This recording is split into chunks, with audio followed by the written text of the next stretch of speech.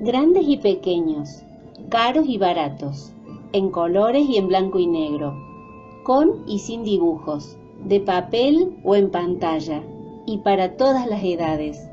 Todos los libros tienen una historia. Hace miles y miles de años, los hombres y las mujeres se comunicaban a través de gestos.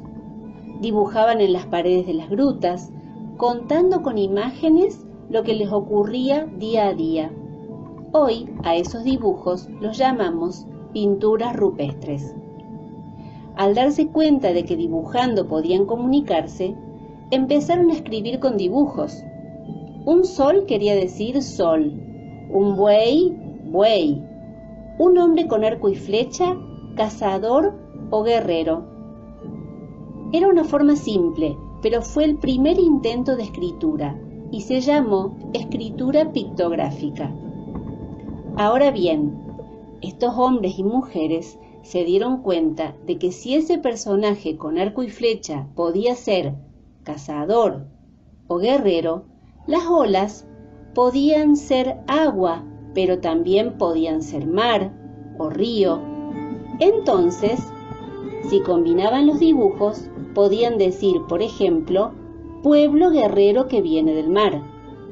Esto se llamó escritura ideográfica y se hacía en grutas, cavernas, monumentos. Se dice que con la invención de la escritura empezó la historia. El ser humano pudo contar lo que le pasaba en forma escrita, para que lo pudieran leer sus hijos y los hijos de sus hijos. Pero claro, tanto contar, las grutas se les llenaron de palabras. Así que a unos habitantes de una civilización de Medio Oriente, que se llamaban sumerios, hace muchísimo tiempo, unos 4000 años antes del año cero, se les ocurrió escribir con dibujos más pequeños, sobre tablillas de arcilla. Estos fueron los primeros libros. Los sumerios fueron haciendo más simples los dibujos y los transformaron en símbolos escritos. Con un palito llamado cálamo le daba forma de cuña a la escritura. Por eso se la llamó escritura cuneiforme. Tuvo mucho éxito. Entonces, los vecinos de los pueblos cercanos, acadios, asirios, babilonios, la adoptaron, escribiendo sus propias tablillas. El libro empezaba a viajar de pueblo en pueblo. Por esa época, también los egipcios escribían las paredes, haciendo jeroglíficos con puntas y martillos. Luego, con una planta llamada papiro, inventaron un soporte para escribir, que también se llamó papiro. ¿Saben quiénes eran los encargados de escribir los papiros? Los escribas. Cuando se entusiasmaban y escribían muchas tiras, las enrollaban alrededor de varitas. Era un nuevo tipo de libro que había que ir desenrollando para leerlo. Por eso se llamó rollo. Otros pueblos más alejados de los sumerios, de los egipcios, escribían sobre hojas de palmera y las metían entre dos superficies rígidas, como si fueran tapas. Eran muy ingeniosos. ¿Y en América? Aquí también inventaron maneras muy originales de contar las historias. Las grandes civilizaciones, como la azteca y la maya, además de escribir con glifos sobre monumentos y estelas, producían sus propios libros, a los que llamaban uún, hechos con el interior de la corteza de algunos árboles. Se llamaron también códices, y solo unos pocos han sobrevivido a la devastadora conquista española.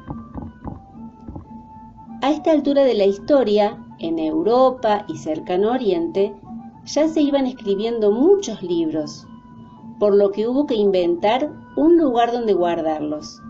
Así nació la biblioteca, como la de unos reyes asirios que tenían 22.000 tablillas. O la que fundaron los egipcios junto a los griegos, que tenía miles y miles de rollos. Esa biblioteca que fue una de las 7 maravillas del mundo antiguo, la famosa Biblioteca de Alejandría. Un poco más adelante en la historia, los fenicios, que eran grandes navegantes y viajaban mucho comerciando con otros pueblos, adaptaron la escritura a su lengua para escribir sobre lo que compraban y vendían. Inventaron el primer alfabeto, que tenía 24 letras. Así, cada pueblo adaptó ese alfabeto a su lengua y se siguieron escribiendo libros y libros.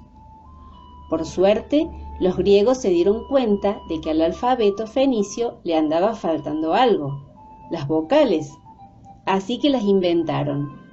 Alfa era la A, Épsilon la E, Iota la I, Ómicron y Omega la O, y Upsilon la U. Los griegos inventaron las vocales y los romanos la tipografía. Le agregaron a las letras una base, como la de la P que vemos en este dibujo. ¿Y se acuerdan que se había inventado el rollo de papiros? Bueno, ese soporte se usó hasta que a alguien se le ocurrió procesar la piel de animales. Así nació el pergamino. El pergamino era fabuloso porque se podía escribir por primera vez de los 2 lados. Era finito, se podía coser, doblar, era liviano, transportable. Los que escribían se entusiasmaron y empezaron a hacer unas letras lindísimas. Cuando empezaban un capítulo, hacían una letra más linda que todas. Se llamaba capitular y era una verdadera obra de arte. Entonces, en la Edad Media ya había alfabeto, libros, pero claro, se hacían de a uno. No había libros para todos. Además, poca gente sabía leer y escribir.